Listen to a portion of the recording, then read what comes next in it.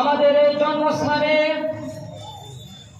বাংলাদেশের আলেম সমাজের অন্যতম প্রতিনিধিত্বশীল দায়িত্বশীল মুফতি মোহতারাম আলী হাসান উসামা সাহেব এখানে উপস্থিত হয়েছেন। আজকে আমরা এখানে ওনার নসিহত শোনার জন্য এখানে এসেছি। ওনারা যেখানে যান নসিহত শোনার জন্য মানুষের অভাব হয় না, কিন্তু দেখা যায় আমরা যে সমাজ ব্যবস্থায় বসবাস করছি, এই যে একটি কুফরি সমাজ ব্যবস্থা, এই যে একটি বাতিলি সমাজ ব্যবস্থা, আমাদের দৃষ্টি কালচার, আমাদের প্রতিটি সেক্টর পশ্চিমারা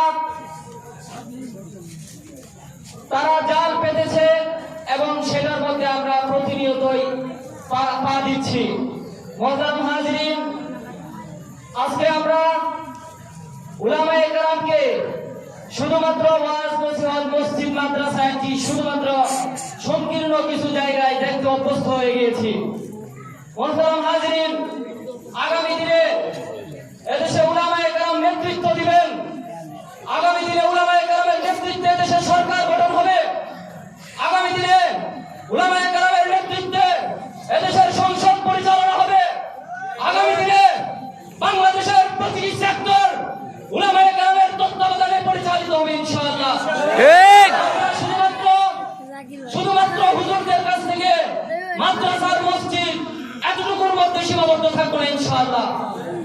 একটি কথা প্রচলিত আছে যে হুজুররা হচ্ছে মসজিদ এবং মাদ্রাসা পর্যন্ত সীমাবদ্ধ। হুজুরদের দৌড় হচ্ছে মসজিদ মাদ্রাসা পর্যন্ত। আমরা এবার দেখিয়ে দিব আমাদের দৌড় শুধু মসজিদ মাদ্রাসা না, আমাদের দৌড় এবার ডিগ্রি পর্যন্ত হয়েছে।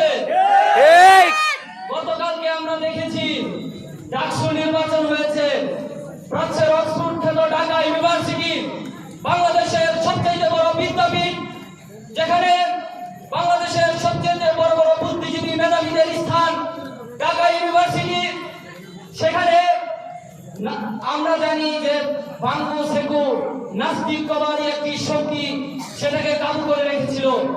গত ফ্যাসিস্ট যুগের সবচেয়ে বড় ফেরাউন শেখ হাসিনার আমলে আমরা দেখেছি প্রতিটি সেক্টর তারা কিভাবে অবরুদ্ধ করে রেখেছিল। আর সেই ঢাকা বিশ্ববিদ্যালয়ে আপনারা দেখেছেন গতকালকে ডাকসু নির্বাচনে ইসলামপন্থী একজন বিপি হয়েছে এবং পরবর্তী সর্বোচ্চ দুইটি ক্যাটাগরি সেটি ইসলামপন্থী ব্যক্তিরা স্থান পেয়েছে। আমরা একথা বিশ্বাস করি, এদেশের প্রতিটি জনগণ উলামায়ে কেরামের সাথে রয়েছে। এদেশের আপামর জনতা, কৃষক জনতা, খেটে খাওয়া মানুষ, রিক্সা চালক থেকে শুরু করে ব্যবসা বাণিজ্য চাকরিজীবী প্রতিটি মানুষ আলেমদের সাথে সম্পৃক্ত রয়েছে। আমরা আগামী দিনে যখন ইসলামপন্থী শক্তি, ঐক্যবদ্ধ শক্তি আসবে, বাংলাদেশ জামায়াত ইসলামী, বাংলাদেশ ইসলামী আন্দোলন, বাংলাদেশ খেলাফত মজলিস সহ জমিয়তুল উলামায়ে ইসলাম সহ যখন ঐক্যবদ্ধ একটি শক্তি আপনাদের সামনে আসবে, তখন ইনশাআল্লাহ আপনারা কি হুজুরদেরকে শুধু ওয়াজ মাহফিলে দেখবেন না, আগামী নির্বাচনে এমপি হিসেবে দেখতে চান?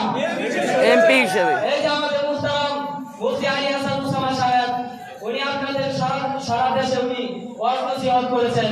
উনি ইনশাআল্লাহ আগামী দিনে সিলেট 4 আসন থেকে এমপি নির্বাচন করবে। হুজুরদেরকে আমরা সংসদ পর্যন্ত দেখতে চাই। মুহতারাম হাজিরিন, এই পর্যায়ে আপনাদের সম্মুখে গুরুত্বপূর্ণ বক্তব্য রাখবেন আলেমুল শিরোমণি